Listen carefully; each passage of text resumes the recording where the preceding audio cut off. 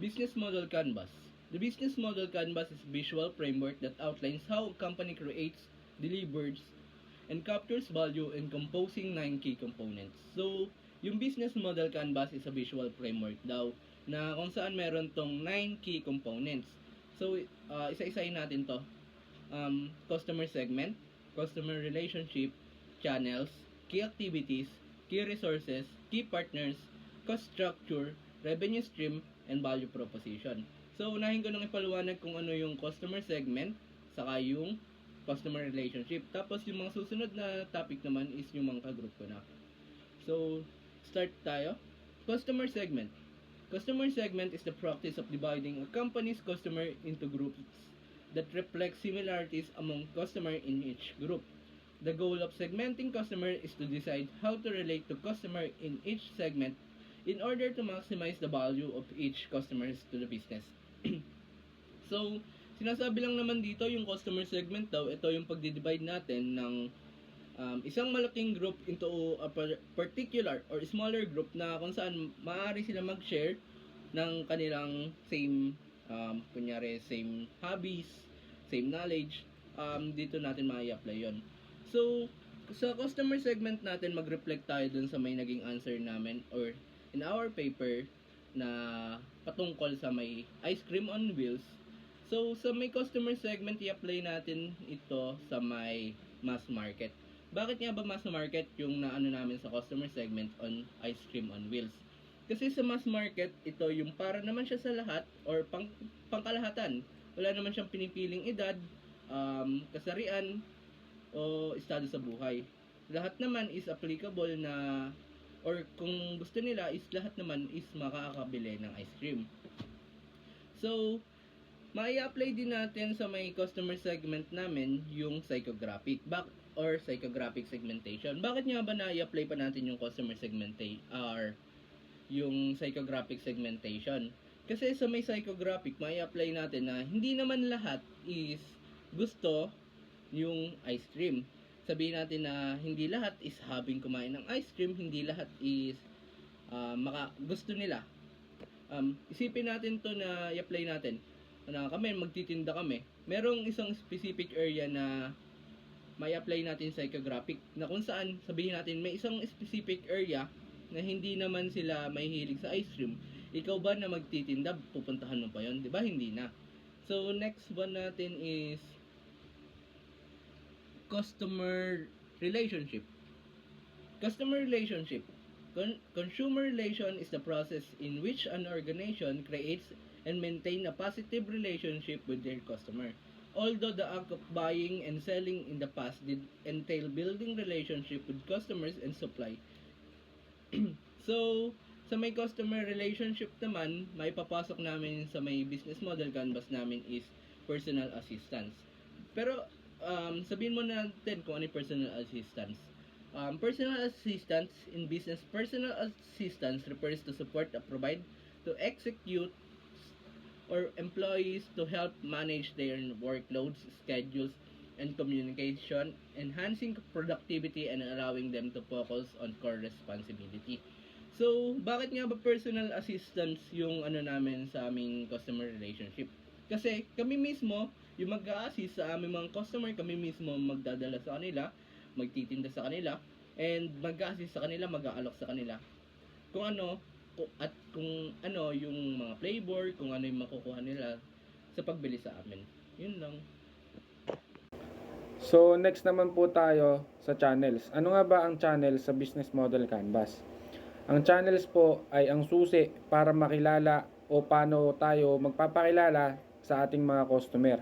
O dito rin po pumapasok kung paano tayo maipag-communicate sa ating customers. Dito na rin po pumapasok yung marketing, tarpaulins, advertisement, kung saan natin ibebenta yung products natin, at iba pa. Key activities. So ano nga po ba ang key activities in Business Model Canvas? Key activities are one of the most important canvas in our Business Model Canvas. Dahil dito po pumapasok yung kung paano natin i-deliver yung value to our customers. kung ano yung value natin sa kanila, kung paano natin i-deliver sa kanila yon. Dito na po pumapasok yung production, marketing, and maintaining our equipments. Yun po yung key activities na tinatawag.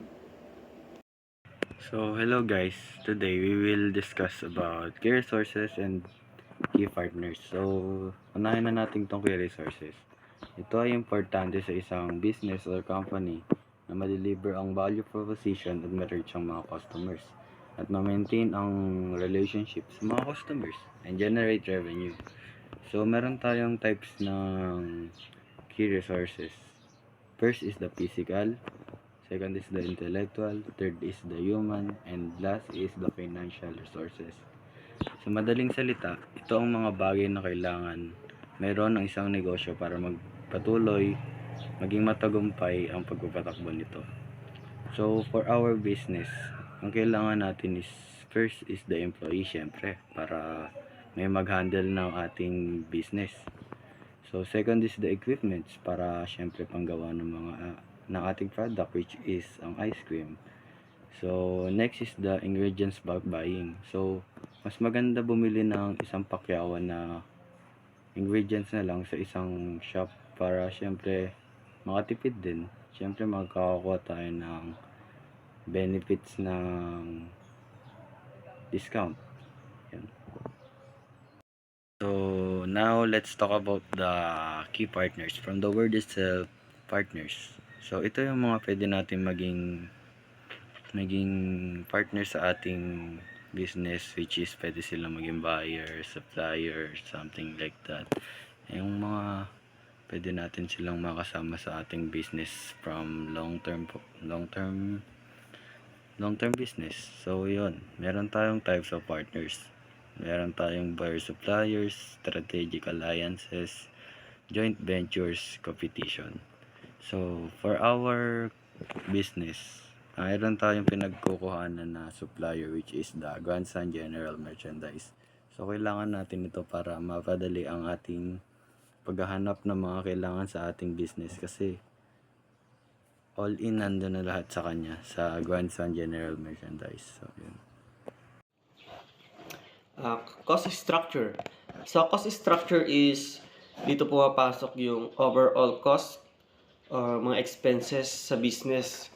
Nakapaloob dito yung capital, tax, sa mga bills like electricity, maintenance, and salary. So, ang approximation namin dito is sa capital is nag-range siya ng 500k and sa tax is 65k. Susunod dyan is bills like electricity, siguro nasa 600 siya per week, no?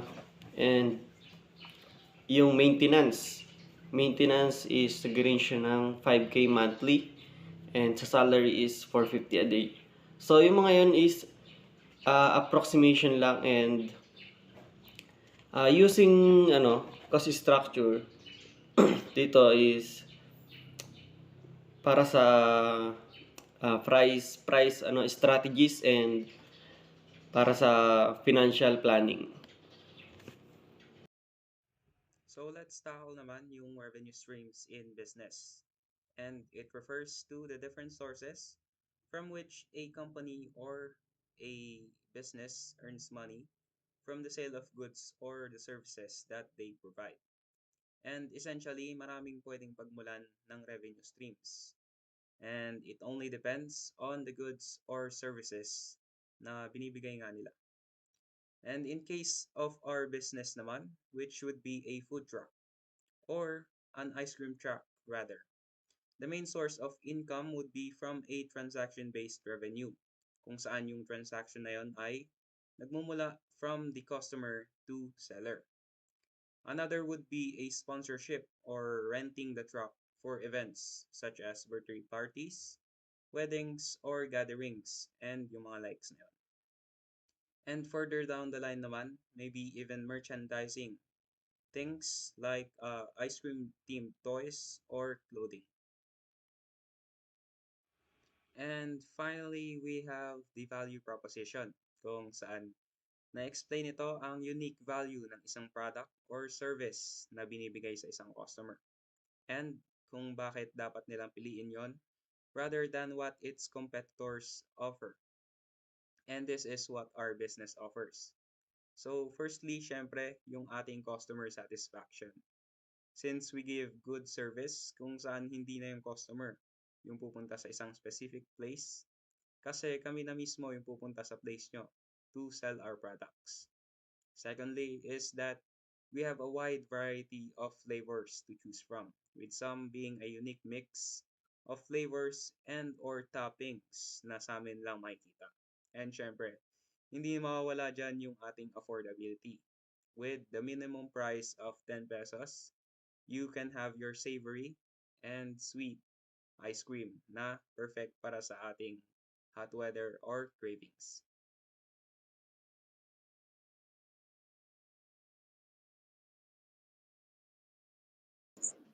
So, magandang gabi sa inyong lahat. Ito na naman tayo sa isang open forum na patungkol sa My Business Model Canvas. So, bago tayo mag-start, recall natin kung ano yung group name natin or business natin. Ano na yung group name natin? So, yung group name natin based sa naging product natin and yung napagkasunduan niya natin is yung grupo natin as Cream Guys. Cream guys kasi ice cream, tama? Ice cream. Tapos Yes. panay tayo lalaki, guys. Okay, given na. Yun na. So, start tayo sa may business model canvas. Di ba sa may business model canvas, meron siyang pinaka 9 key components na kung saan bawat isa sa atin nabigyan ng part para i-report to. So, tayo natin sa customer segment. Bakit customers or customer segmentation? Customer segmentation, may apply natin sa business model canvas yung mass market. Mass market yung may apply natin dahil nga doon sa panglahat siya. Nag-base naman tayo sa may food court, ice cream on wheels nila Shane or sa mismong business nila. So nasabing nila na mass market kasi para sa lahat siya, wala naman siya pinipiling edad, oras, or kung saan man. Pero may apply natin dito yung psychographic segmentation.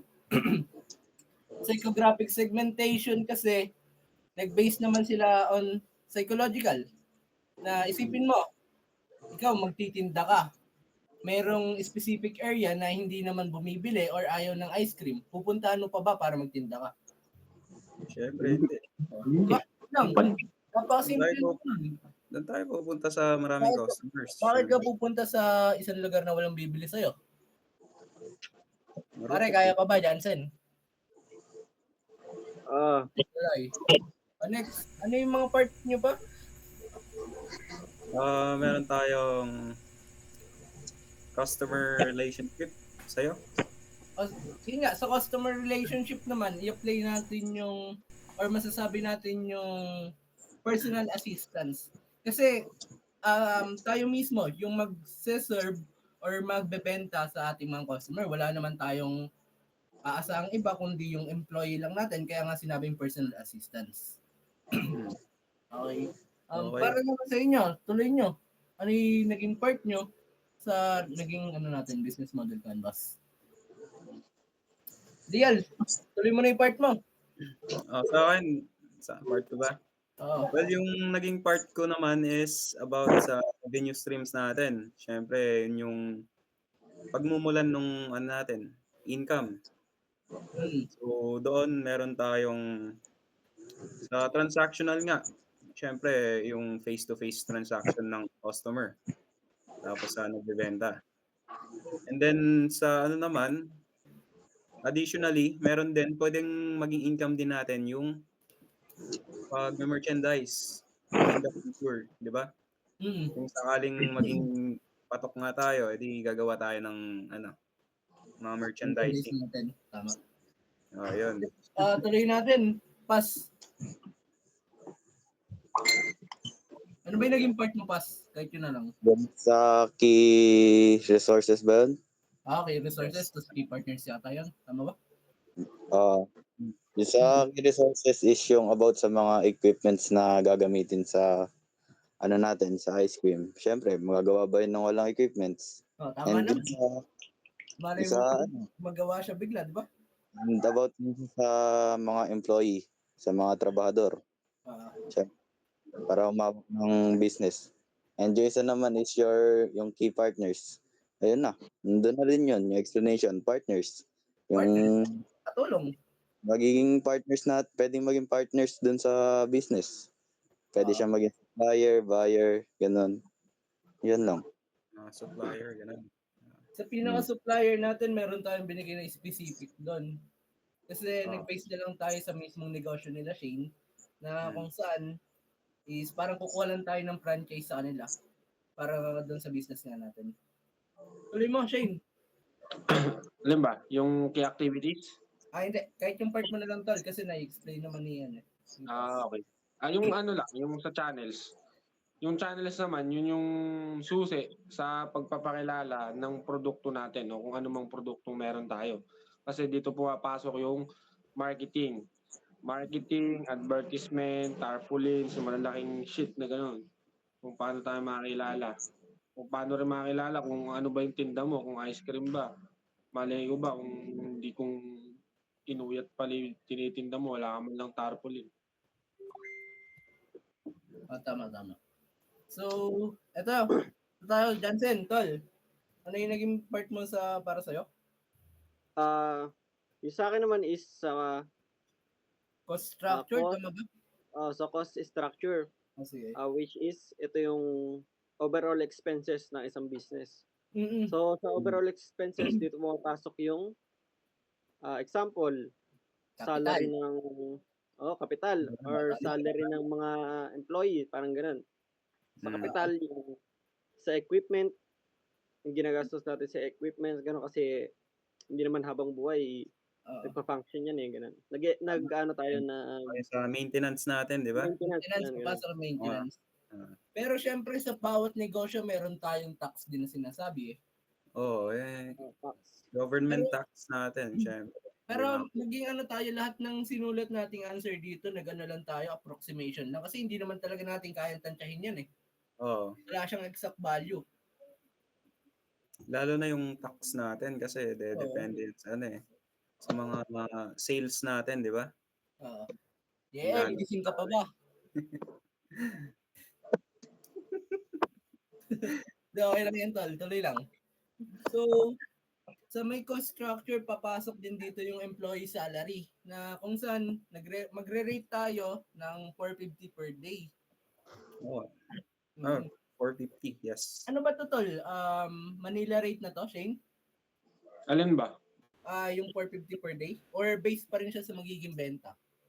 Hindi, kapag kung ano yan, kay bumenta ka at hindi. Kunyari, bumenta ka ng 200 lang, babayaran pa rin pa ito ng 450. Parang fixed rate siya, fixed. Fixed rate. May ano ba to? May incentives if ever na malaki yung magiging benta? Dinadagdagan namin. Dinadagdagan namin yung sound. Kung pagka talagang maganda yung benta, dinodoble namin. Yung sweldo mo, kamusta?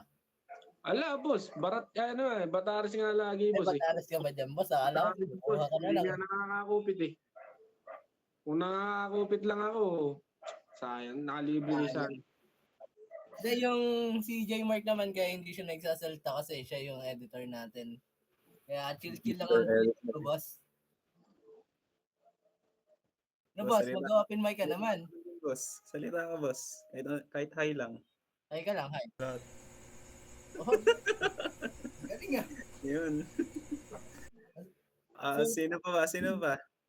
So, lahat naman tayo, Lian, sagutin mo na yung come up natin or pinaka-ano na lang.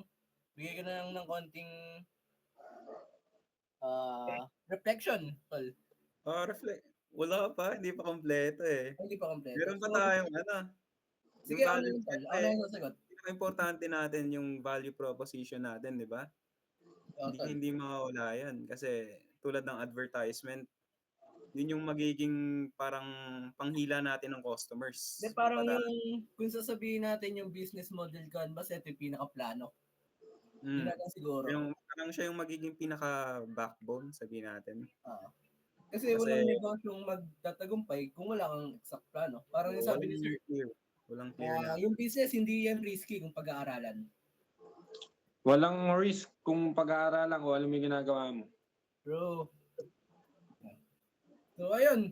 Okay na. Tatapusin ko na yung meeting natin kasi halos lahat naman tayo nabigay yung kinakailangan natin na malaman sa business model canvas.